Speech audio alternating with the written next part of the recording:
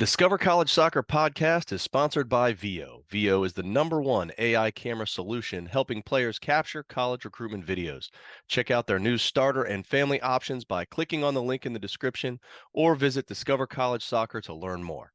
Hi, everybody. Welcome to Discover College Soccer. Today, I'm lucky enough to be joined by Coach Matthew DeBoer from Grandview in Iowa. Welcome, Coach. Yeah, thanks for having me. I'm happy to be Yeah, here. thanks for being here. Um, I'm on a Midwest streak here. I think I had two Kansas most recently, and now we're shifting gears to Iowa. Great Um, place for soccer. that's right. That's right. Well, it's June 14th, as we're talking. So tomorrow is a big day for all the kids hoping to get those D1, D2 calls. You guys are NAIA. So just out of curiosity, in terms of your recruiting calendar, do you guys are you looking at all at the 26s and trying to have those conversations, or are you almost, 100% 25s at this point? Yeah, so you know, the nice thing or not nice thing about NAIA is that we don't follow any of those calendars. If there's a 5-year-old I like, I could offer them. So we have different rules. um, and in our office we talk quite often about how, you know, D1s eat first, right? D1s eat first, and then we go after, the people that we think, were left behind or the people that didn't get the offers that they were hoping for. Um, right now it's 2025s, and honestly, we're still looking at possibly another 2024. We're always looking. NAIs typically have these bigger rosters. We carry first teams and second teams. Smaller schools need their numbers.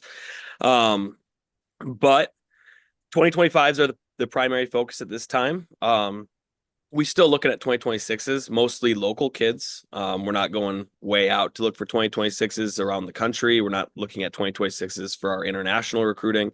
But we are looking locally. I handle a lot of the local recruiting here, going to high schools and clubs and seeing those kids. And, we have an ID camp next Saturday. So 8 days from now, where we're going to have hopefully a lot of 2026s, so we can kind of start talking to them and meeting them and getting to know them as people as well as soccer players. Well, you mentioned the internationals, and obviously that's always a big component in NAIA, it seems these days. And I'd say looking at your roster, maybe it's 50-50-ish split or Yep. something. So how do you do your international recruiting versus domestic? How do you make those decisions? What kind of goes into that whole thought process? Yeah, so at the NAI level, just because of the way the rules are written for recruiting, it's hard to succeed without bringing in international players. The biggest reason is because of the age requirement for D1s and D2s. We don't have that age requirement. So, for instance, we had a 26-year-old freshman last year, right? So it's a man's game in the NAI. It's a lot older players. So you kind of need some of those older international players if you want to survive. Now, with that being said, there's plenty of good Americans here, and we value that. That's why our roster is about 50-50, whereas you see a lot of NAIA schools are 100% international. There's very few NAIA schools that are primarily American. You see, Columbia College, and they're very American, and they're doing great things. I mean, they're consistently ranked in the top 25, but we like our balance. In terms of how we recruit our internationals, it's a lot of conversations with agents. Almost every single one of those international players has an agent or works with an agency to get noticed, to spread their information out. Something that we've shifted towards in this last year is, before we looked at basically all internationals, and we still do if it comes across our desk. But the big thing we've shifted towards is going after international transfers. In years past, we've grabbed quite a few first-time international players. In our experience, it works out sometimes, but a lot of times it takes a while for players to get comfortable with how the game's played here. The game's played differently in every country in the world. And our country is no different, especially at the college level. It's a little bit more direct at times. And you grab kids from I'll throw out Sweden or wherever, and they come over, and it takes them at least a year to get comfortable with that. And sometimes they can't understand it, and sometimes they never get it. Some guys transition right away and they're like, whatever you need, coach, because yes, we want the technical good players, but we need them to be able to play a certain way at times. Yes, we want to play pretty at Grandview, but we also recognize that there's going to be games where we can't mess around with in the back. Everyone's pressing high because of the subbing rules. So, you know, these transfers come in, they go to JUCOs or other schools, and we can see how they've played in this country, in this style of play. We can see if a coach, you know, wanted to play them. We could see how much success their team had. If they're a forward or attacking player, we can see the production they had. So it's nice having them in the country, seeing that they can manage the school with the soccer. They're not getting too homesick, all of these things. And then on the flip side, with our local kids, most of our domestic recruiting is Iowa kids. I truly believe that Iowa is kind of an untapped recruiting area. Since I've gotten here, we've started grabbing more and more Iowa kids, and they're starting to play more and more for our first team. And there's a lot of talent here. The big difference is a lot of them need a year, right? With our second team, they need a year of development. We redshirt a lot of them. They just need to get used to playing against men. Because they've been playing high school soccer, and I love our high school soccer here in Iowa. I think it's fantastic. And they've been playing club, and I think that's fantastic what they're doing at Sporting Iowa and the VSA club here. But they still need that year of playing against men, of speeding up their play, being a little bit more physical, and then from there, a lot of them really bloom into great players. Okay. Well, when you're looking at those domestic players, kind of what events do you like to go to? Where do you like to go to look at players? You even mentioned high school. How important is high school soccer to what you guys are doing? So the first thing is I love going to high school games. There's something different about high school. There's a camaraderie amongst the players, right? Because you're playing for your school, you're playing for your community. And it's different than club. There's a little bit more of an ownership in the playing. So I love going to high school games. I love seeing the passion from the fans and the players, and seeing how much they love playing for their high schools. So I see every team in the Des Moines Metro. Most of the teams in Iowa play every spring, because that's when the high school season is here. Um, we go to showcase events here and there, but we don't do tons of it unless there's a player we really want to go see. Right? We don't make a trip out to Vegas or Denver like a lot of teams do to go watch some of these showcases. That's pretty rare for us. We go to a lot of ID camps. That's a big thing for us. We host our own, right? But like last week, I was at Drake's ID camp, and I've gone out to Omaha, and I've gone to various places down to Kansas City, and I've been to Chicago recruiting, but we don't venture out too far.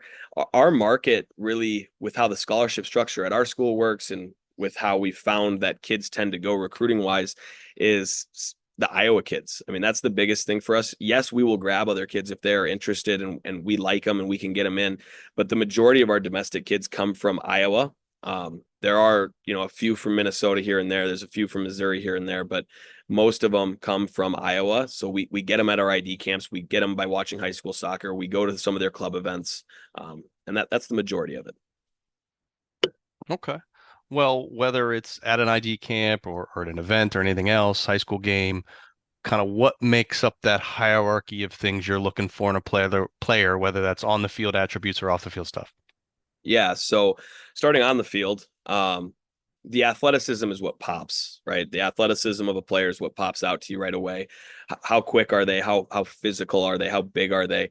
Um, High school soccer, I love it, but once you get to the college level, you're not playing against a 6 foot center back at the NAI level. Usually they're 6'5" beasts, right? So if you're a striker, how can you handle that physicality up there? How can you handle getting bumped with some contact? The midfield is very physical. How can you handle controlling the ball while people are putting a shoulder into you? So that physical ability is first thing that I notice. From there, I can hone in. How crafty are you technically? I'm not looking for you to be a superstar dribbler. We don't want you to do that. We want you to be able to control a ball easily, get out of traffic, and move it. Right? How good are you at playing two-touch soccer? If you can do it very fast and very efficiently, there's a spot for you on our roster. In terms of personality, there's a lot of different players out there. right? And there's a lot of different personalities that can make a good soccer player. I don't need the loud player, but I like the loud player at times, right? Depends on your position and depends who you are, right? What I'm looking for is someone who's humble, who's coachable, and who wants to work hard. That's the biggest thing when it comes to the mentality and makeup of a player for me. If you're willing to work hard and you're coachable, and then you have the ability and athleticism that goes with it, you're going to be a good college soccer player. Um, if I come up and have a conversation with you, can you hold a conversation? Do you show interest? That those things are big for me. I've talked to kids in the past where, they're all they're thinking is D1, right? And I get it. Kids want to go D1. They want to play at the highest level they can. I get it. But don't blow off a coach because he's not the D1, because if that you don't get that D1 offer, I've talked to seniors and they haven't got that D1 offer yet, and time runs out and all of a sudden they're calling. And usually if it's a kid we really like, we're gonna open the door anyways. But there are coaches out there that'll shut that door and be like, the kid wasn't interested. I'm not meeting him halfway. Yeah, no, makes sense. Well, let's talk a little bit more about the school. Folks, maybe not be familiar with Grandview. You've been there a few years now. Kind of give me the awesome things about the school, maybe some things we wouldn't even know by going through the website. Yeah. So my favorite thing about Grandview is where we're located. It's Des Moines, Iowa. A lot of people probably aren't familiar with Des Moines, smaller city, but it's a metropolitan area of just under 1 million people. And that's a big, pull for us when it comes to recruiting, because if you look around, the landscape of college soccer outside of the really big schools, a lot of the smaller schools are located in really small towns, and for some people that's great. For me and a lot of the coaches in this coaching staff, the reason we're here at first was because we wanted to have a city to live in, while we, do what we do and coach this game that we love. It's nice to be able to balance your work life and your personal life a little bit. And it's the same for our players, being able to go to a concert or go to a sporting event. We have a lot of like semi-professional teams here. There's lots of concerts. There's all the different food options you could ever want. And it's nice to be able to, leave campus and go somewhere other than a McDonald's. So, um, you know, being in Des Moines was the biggest thing right away for me. And I think it's a big attraction for a lot of our recruits is, the life outside of campus. In terms of on campus, it's a great community. The people are great. And I tell people all the time, the most important thing in anything is the people you work with, the people you're around. And I think the people in Des Moines and the people at Grandview are amazing. Our athletic programs across the board in just about every sport are very successful. Our wrestling team's won like 11 national championships. Our football team is consistently a contender. Our men's volleyball team won a national championship a couple years back. The men's and women's soccer teams are very competitive. Our women's basketball team does well. Our track and field teams do very well. Across the board, athletics are supported, and they are looked at as something that is very important for our university. So they give us the resources we need to be successful. Well, speaking of being successful, for international kids especially, but also the domestic freshmen coming in to start, it can be difficult to be successful both on the field and the classroom. So what support systems does the school offer to help, students really make sure they are successful both off the field and on the field? Every sports team has an academic advisor who's there to kind of support all the players on that roster. Some rosters are really big. Our roster is large. Football's is very large, so that can be a lot. So outside of that academic advisor who's there, just to support that one team, there's different. We don't call them study tables, but there's different like tutor options for students that need that support. We also have someone who's constantly monitoring grade checks and sending them out to the coaches all the time. So, that's one of my responsibilities. I get those emails and I go have those conversations. And sometimes those conversations are, hey, what's going on in this class? Are you just, you're not going, you're struggling with the material? And, from there, I can, work with them to see what they need. Sometimes it's, I just don't get the material. Sometimes it's, coach, the teacher talks fast, my English isn't that great, and I'm struggling with that material. And in that case, we set up a call with that that professor, we talk through it, we see what they need, and oftentimes it's just getting a tutor or working with another teammate on the team who's in the class and getting through it. Because at the end of the day, most of our kids are not going to go on to play professionally, right?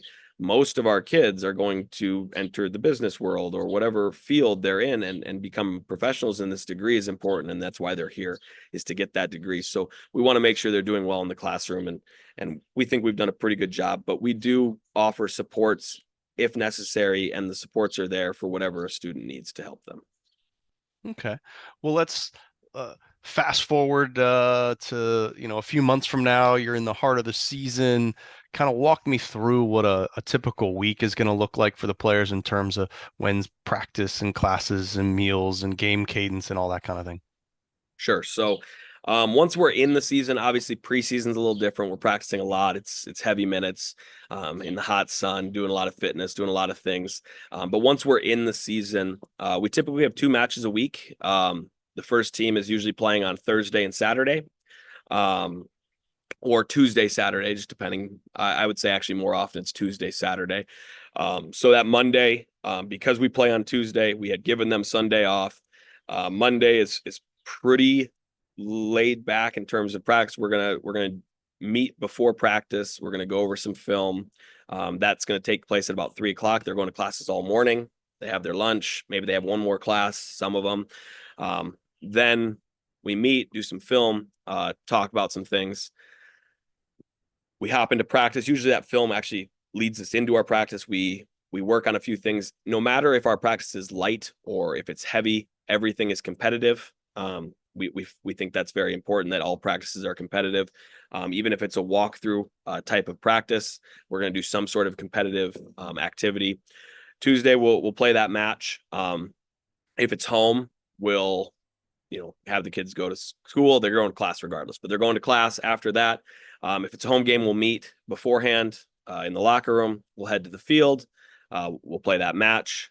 Wednesday, we will have a practice that'll be more high intensity for the guys who didn't get minutes. We call it competition day. If you didn't play a lot, prove to us why you should have. It's going to be a very competitive environment. Those guys who played heavy minutes, they're going to do a regeneration session with one of the assistant coaches, getting those legs back. Thursday will be a hard session for everybody, very competitive, working on things that we need to work on based on the previous game. And then Friday will be more focused on our opponent. We'll do film again, and we will gear that training session towards our upcoming opponent. Saturday, we'll play that match. Depending on time, sometimes we have late games on Saturday, so we might get together as a group just to make sure we're all focused and we're not doing whatever all over on Saturday. If it's a morning game, we'll meet before the game. We'll head to the field, play the match. Sunday, we typically give them off. If you are on our second team, it's basically the same schedule except for Tuesdays and Saturdays being the games. You're probably playing Thursdays, Sundays. Okay. Well, so with regards to that second team, I guess what's the overall roster size that you guys are typically going to have? And does everybody train together? How does that, or not, or what has that break down usually? Yeah, so we train about 60 players. Our top 30-ish is considered our first team. Our bottom 30-ish is considered our second team. But it's very fluid. There's a lot of movement up and down throughout the year. Everyone trains together for the most part. We'll grab 2 fields. We'll have pretty much the same stuff going on. Every once in a while, we'll do things a little different, especially like if we have a game coming up. For the first team, they'll go do some stuff, and our second team will do a little bit more focused on what they need to work on things. But for the most part, trainings are very similar, and they're going on at the same time. Typically that 3:30 to 5 range time wise. And like I said, it's a very fluid roster. Most of our travel teams, if we're going on the road, it's about 20 some. Some guys get left behind. The way we kind of make it out at the beginning of the season is we have our first team starters. And just because you start as a starter does not mean you stay there. There's constant movement. From there, we have a first team role player, right? Guys who come off the bench. And then you have a first team roster spot, right? You're on the roster, but you might not, if it's a away game, you might not be going, right?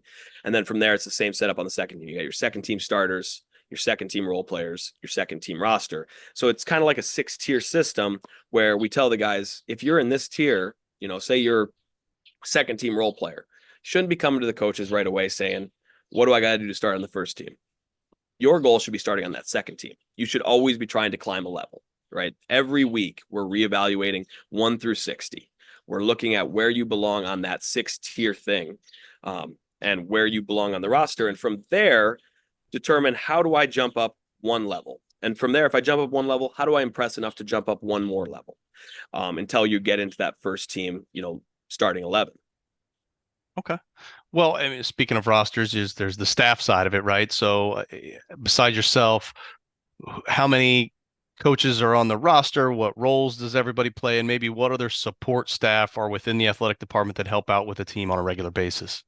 Sure. So our head coach is David Gross, um, younger head coach, fiery, awesome. Love working with David. I think he's a rock star. I think he's a rising star in this profession. Um, Below him, we have, Coach Jono Rivera. He has been with David for, I want to say this is going to be year 8, together. They were together at their previous school at Lyon College, another NAIA school down in Arkansas, actually just transitioning to D3 now. Jono does a lot of the technology management. He does a lot of our stuff with our VO analytics. He handles a lot of our off-season stuff with the speed and agility, strength and conditioning. He's very great at all that stuff. He handles all of our regeneration sessions I was talking about earlier for guys with heavy minutes. He's very good with human performance in the body and things like that. You have me. I assist with the first team just like Jono. I also head coach our second team. I handle a lot of our recruiting with Coach David. He does primarily the internationals. I do most of the domestic, but then we do have some crossover between our roles. We have a goalkeeper coach, AJ Thompson. He has another job, so he is there when he can be. It's most days he's there, but it's only for his session with his goalkeepers. Sometimes we do that before practice. Usually it's during practice for the first 30, 45 minutes. But he works specifically with the, 4 or 5 goalkeepers on the roster, depending on how many are on that year. We have Jacob Harvey. He is our graduate assistant right now. He's a great graduate assistant. If any coaches need a full-time assistant in the near future, I would highly recommend Jacob Harvey. He handles a lot of our film breakdown of opponents. He does a lot of scouting reports. He helps with training sessions. He assists me with the second team games. He also is on the bench for the first team games. He's a great trainer. He helps training at practice. We have in the past, we've had a couple student assistants. Student assistants more or less just, they do a lot of the jobs that aren't exactly exciting, but they're getting their feet wet in the profession, right? They're trying to learn, and they're soaking up as much as they can. A lot of times it's washing clothes and picking up pennies and shagging balls and stuff, but they're around and they're very helpful. We have an athletic trainer, Jordan, who's specific to our team, so he's there to all of our events. I've worked with quite a few athletic trainers in my life, and he is by far my favorite. He's very personable. He's great with the guys. They know if they have something, they can go talk to him, and he's pretty, honest with us with what his evaluation is and on different things. And he's great. And like I said, we have that academic advisor who comes and helps the team from time to time. And that's pretty much the staff. Okay. Well, Coach, you've been generous with your time. Really appreciate the introduction to the school and the program and on all you guys, everything you have going on over there. So I'm going to just leave you with one last question for all the recruits and families of recruits that are out there listening or watching this. If you had one piece of advice to give them as they're going through that process, what would that be? I'd say be open to all levels, right? There are D1s that are outstanding. There are D1s that struggle. There are D2s that are outstanding. There are D2s that struggle. There's the same at D3, JUCO, NAIA. There's NAIAs that'll beat D1s. There's D3s that'll beat D1s. You got to find what's most important to you. Is it the level of competition? For instance, Grandview, we play in the Heart of America Conference in the NAIA. It is arguably the best conference in all of NAIA soccer. It's kind of like the SEC for college football. 4 of the last 6 national champions have come out of the Heart of America, and it's 3 different schools. And last year, the third place team in our conference won the national title. So if it's the competitive environment, look at their conference, look at their competition. If it's just the level, that might be the case. Make sure you're finding a school with the academics you want. Make sure you're finding one in the price range you want. Every school has different scholarship structures and different things they're able to do. Be very, cautious of where they're bringing you, right? If they're giving you a very small scholarship offer, the chances are that you're probably not in their plans of their top 15, right? So think through all those things. And if for you, it's just, I want to play minutes, there's schools for everybody. There is a school for everybody out there to go play. But you just got to find what it is you want. If it's to play at the highest level, whether you're on the pitch or you're on the training ground, so be it. But if it's to be on the field, make sure you're realistic with where you want to go. I'm not trying to limit anybody and where they can go. I just want them to understand that, sometimes, there's schools that offer kids just because they need someone to fill the back of the bench. Right. And if that's not what you want, make sure you're honest with the coach and talking with them, because they'll be honest too. Absolutely. Well, Coach, really appreciate it. Thank you for the time. Wish you the best of luck in your upcoming season, and hopefully you'll be one of those Heart of America Conference schools that bring home one of those national championships. That's the goal. I appreciate your time. Thank you. Hi, everybody. It's Matt from Discover College Soccer. I hope you're enjoying the podcast, whether that's on YouTube or your favorite podcast platform. Don't forget to hit the subscribe button. I also wanted to let you know about the Discover College Soccer Study Table. This is our brand new online portal that is complete with a 14-part online course giving you all of the ins and outs of the college soccer recruiting process. There's also a wealth of resources such as checklists, templates. There's the spreadsheets that have every soccer program in the country along with their coaches, their contact information, their social media information, some basic stats about the school, and more. Plus, there's an online community where you can ask your questions, share your wins, your losses, any questions that you may have around the college soccer recruiting process. It's all there at the Discover College Soccer study table that you can find at discovercollegesoccer.com/study table, and hopefully we will see you there.